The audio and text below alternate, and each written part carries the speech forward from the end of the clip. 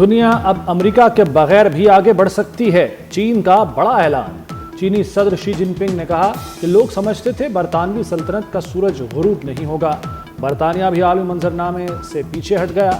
تاریخ نے ثابت کیا کہ ہر سلطنت کو زوال کا سامنا کرنا پڑا۔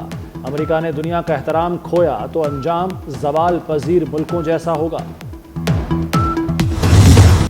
ایران کے اسرائیل پر تباہ کن حملے، یروشلم، تل ابیب اور حیفا میں ہر طرف تباہی اور بربادی، عمارتیں ملبے کا ڈھیر بن گئی۔ ایک حساس اسرائیلی ہدف پر براہ راست ایرانی میزائل گرے، عمارت مکمل تباہ ہو گئی۔ حیفا شہر کی ریفائنری کی پیداوار مکمل رک گئی۔ حملے میں 3 ملازمین ہلاک ہوئے۔ ایرانی حملوں میں ہلاک اسرائیلیوں کی تعداد 24 ہو گئی، 600 سے زائد زخمی۔ پاسداران انقلاب کا کہنا ہے زیادہ طاقتور میزائل سے اسرائیل پر حملہ کیا۔ اسرائیلی ملٹری انٹیلیجنس ہیڈ کوارٹرز کو نشانہ بنایا گیا۔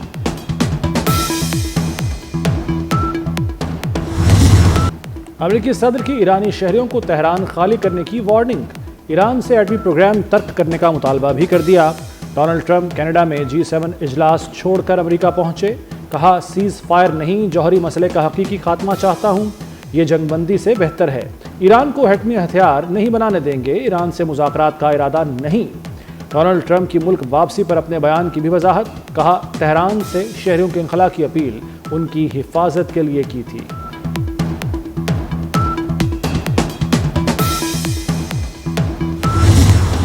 جوہری ڈیل نہ ہونے پر امریکہ جنگ میں کود سکتا ہے۔ ڈونلڈ ٹرمپ ایرانی جوہری ری ایکٹر تباہ کرنا چاہتے ہیں۔ امریکی اخبار نیو یارک ٹائمز کا دعویٰ، زیر زمین فردو جوہری ری ایکٹر تک بنکر بسٹر بم ہی پہنچ سکتا ہے۔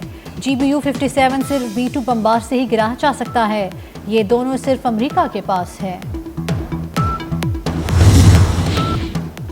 ڈونلڈ ٹرمپ جلتی پر تیل ڈال رہے ہیں، جنگ کا دائرہ وسیع ہو سکتا ہے۔ بیجنگ کا ٹرمپ کی تہران خالی کرنے کی وارننگ پر سخت رد عمل۔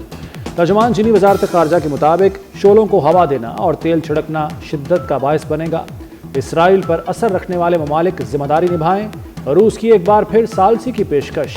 کرملن ترجمان کا کہنا ہے کہ صورتحال بگڑنے کی راہ پر ہے، کسی حل میں اسرائیل کی دلچسپی نظر نہیں آتی، فریقین تحمل کا مظاہرہ کریں۔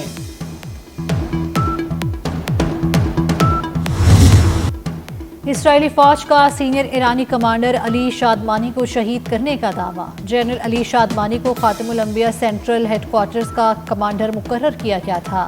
برطانوی نشریاتی ادارے کے مطابق علی شادمانی ایرانی مسلح افواج کے سینئر آپریشن کمانڈر سید علی خامنائی کے مشیر تھے۔ اسرائیل کا تہران میں سرکاری ٹی وی چینل پر حملہ، زخمی 3 خواتین ورکرز شہید ہو گئیں۔ دوران نشریات حملے پر خاتون اینکر کو سیٹ چھوڑنا پڑی تھی۔ خاتون اینکر سحر نے 5 منٹ بعد دوبارہ نشریات شروع کر دیں۔ اسرائیلی حملوں میں اب تک 227 افراد شہید ہو چکے۔ ایران سے پاکستانی سفارتکاروں کے اہل خانہ کے انخلاء کا فیصلہ، ایران سے غیر ضروری عملے کے انخلاء کا بھی فیصلہ۔ ترجمان دفتر خارجہ کے مطابق ایران میں پاکستانی مشن فعال رہیں گے، سفارت خانہ اور قونصل خانے معمول کے مطابق کام کرتے رہیں گے۔ چین اور جنوبی کوریا نے بھی اپنے شہریوں کو اسرائیل اور تہران چھوڑنے کی ہدایت کر دی۔ G7 ممالک کی منافقت کھل کر سامنے آ گئی، ہزاروں فلسطینیوں کے قاتل اور ایران پر غیر قانونی جارحیت کرنے والے اسرائیل کی حمایت کر دی۔ مشترکہ اعلامیہ کے مطابق ایران جوہری ہتھیار حاصل نہیں کر سکتا، اسرائیل کو اپنے دفاع کا حق حاصل ہے۔ ایران کو عدم استحکام کا سبب بھی قرار دے دیا۔ مشرق وسطیٰ میں وسیع پیمانے پر کشیدگی میں کمی اور غزہ میں جنگ بندی پر زور۔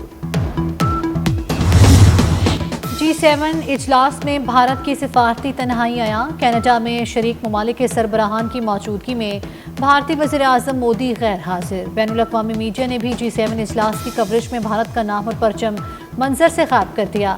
اجلاس میں بھارتی وزیر اعظم کو مدعو کرنا صرف رسمی کارروائی ہے۔ مودی کی کوششوں کے باوجود امریکی صدر ٹرمپ سے ملاقات نہ ہو سکی۔ ٹرمپ کی جانب سے ملاقات سے انکار پر مودی اور بھارتی میڈیا شدید مایوس۔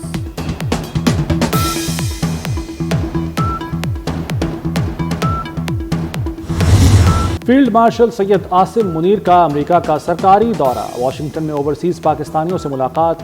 اوورسیز پاکستانیوں نے گرم جوشی سے استقبال کیا۔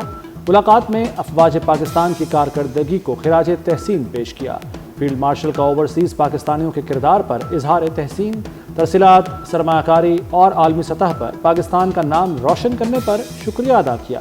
اوورسیز پاکستانیوں نے تجاویز اور تجربات فیلڈ مارشل کے ساتھ شیئر کیے۔ امریکہ میں افواج پاکستان اور فیلڈ مارشل سید عاصم منیر کو شاندار خراج تحسین۔ پاکستانی نیاد امریکن کمیونٹی کا آپریشن بنیان المرصوص میں شاندار کامیابی پر افواج پاکستان اور فیلڈ مارشل سے اظہار تشکر۔ امریکہ میں New York Times Square, Washington D C اور مختلف مقامات پر سپہ سالار اور پاکستان کی ویڈیوز کی نمائش۔ واشنگٹن ڈی سی کی مختلف شاہراہوں پر افواج پاکستان کی قربانی اور بے مثال خدمات کو اجاگر کیا گیا۔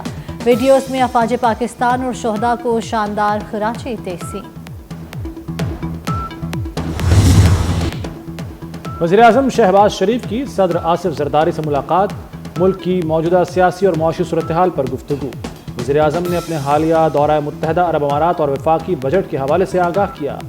صدر مملکت نے کہا کہ بجٹ میں پسماندہ طبقات کے مسائل حل کریں، تنخواہ داروں اور مزدوروں کے لیے اقدامات پر غور۔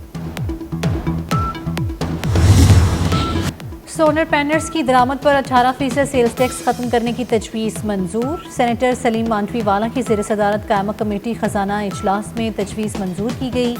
پی آئی اے کی نجکاری کے لیے جہازوں کی درآمد پر سیلز ٹیکس ختم کرنے کی تجویز بھی منظور۔ 650 سی سی گاڑی پر سیلز ٹیکس 12.5% سے بڑھا کر 18% کرنے کی تجویز منظور کر لی گئی۔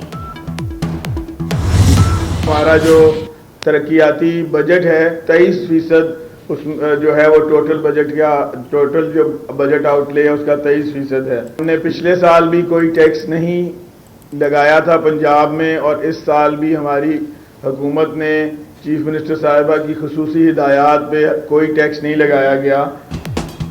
پنجاب میں کوئی نیا ٹیکس نہیں لگایا، ترقیاتی بجٹ میں 23% اضافہ کیا گیا۔ پنجاب کا 27% بجٹ ہیلتھ اور ایجوکیشن پر خرچ ہوگا۔ 1 لاکھ بچوں کو ہر سال لیپ ٹاپ دیے جائیں گے۔ سینئر وزیر مریم اورنگزیب اور وزیر خزانہ مجتبیٰ شجاع کی پوسٹ بجٹ پریس کانفرنس، کہا اسکولوں کی تعمیر کے لیے 40 ارب مختص کیے، ماحولیاتی تحفظ کے ادارے کے لیے 10 ارب مختص کیے گئے۔ بجٹ ترقی کے نئے ریکارڈ قائم کرے گا۔ پنجاب تو یہ جتنے روڈز ہیں یہ تمام وہ ایریاز اور سیکٹرز ہیں، کنسٹرکشن کا سیکٹر ہو، انفراسٹرکچر کا سیکٹر ہو، ہیلتھ کے اندر جو انفراسٹرکچر ڈیولپمنٹ ہے، کنسٹرکشن ہے، ایجوکیشن کے اندر جو خالی 40 بلین کی، تو یہ سب روزگار کا مواقع جو ہیں وہ مہیا کریں گے۔ بلوچستان حکومت نے 1028 ارب روپے کا بجٹ پیش کر دیا۔ 8 شہروں میں سیف سٹی منصوبوں کے لیے 18 ارب روپے مختص۔ غیر ضروری 6000 اسامیاں ختم کر دی گئی۔ وزیر خزانہ بلوچستان شعیب نوشیر رحمانی کہتے ہیں حکومت نے کئی شعبوں میں اہم کامیابیاں حاصل کی ہیں۔ بلوچستان امن و خوشحالی کی جانب گامزن ہے۔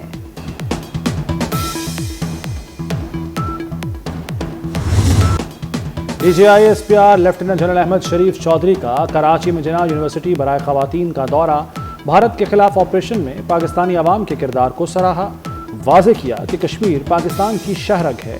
بلوچستان کے عوام پاکستان کے ساتھ مذہب، ثقافت اور روایات کے رشتوں میں بندھے ہیں۔ فتنہ ہندوستان کے مٹھی بھر دہشت گرد بلوچستان کے ساتھ رشتوں کو نقصان نہیں پہنچا سکتے۔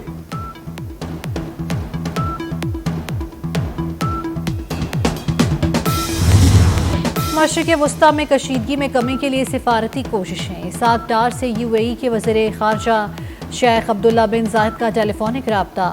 دونوں رہنماؤں میں اسرائیلی حملوں کے بعد خطے کی صورتحال پر گفتگو۔ ایران پر اسرائیلی حملوں پر گہری تشویش کا اظہار۔ اسحاق ڈار اور شیخ عبداللہ کا کشیدگی کم کرنے پر زور۔ خطے میں امن و استحکام کے لیے کوششوں کی حمایت پر اتفاق۔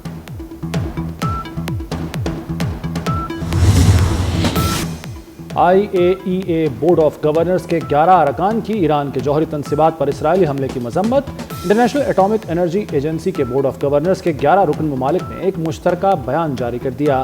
آئی اے ای اے کا ایمرجنسی اجلاس روس کی درخواست پر طلب کیا گیا تھا۔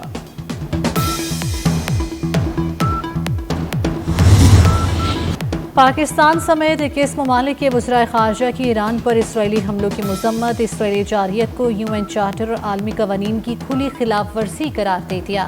مشرق وسطیٰ میں کشیدگی کے خاتمے اور جنگ بندی کے لیے فوری اقدامات کا مطالبہ۔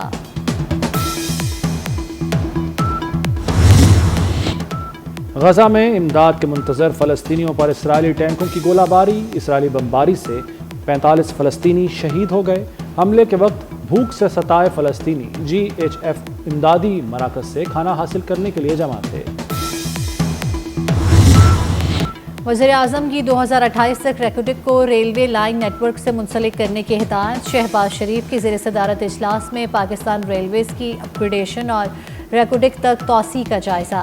وزیر اعظم نے کہا پاکستان ریلویز ملکی معیشت اور مواصلات میں ریڑھ کی ہڈی کی حیثیت رکھتی ہے۔ پاکستان ریلویز نقل و حمل کا ایک سستا، تیز اور ماحول دوست ذریعہ ہے۔ تکنیکی خرابی کے باعث احمد آباد سے لندن جانے والے ایئر انڈیا کی پرواز کینسل۔ برطانوی میڈیا کے مطابق ایئر انڈیا کی فلائٹ نمبر 159 دلی سے براستہ احمد آباد لندن آ رہی تھی۔ چند روز قبل بھی ایئر انڈیا کی لندن جانے والی پرواز حادثے کا شکار ہوئی تھی۔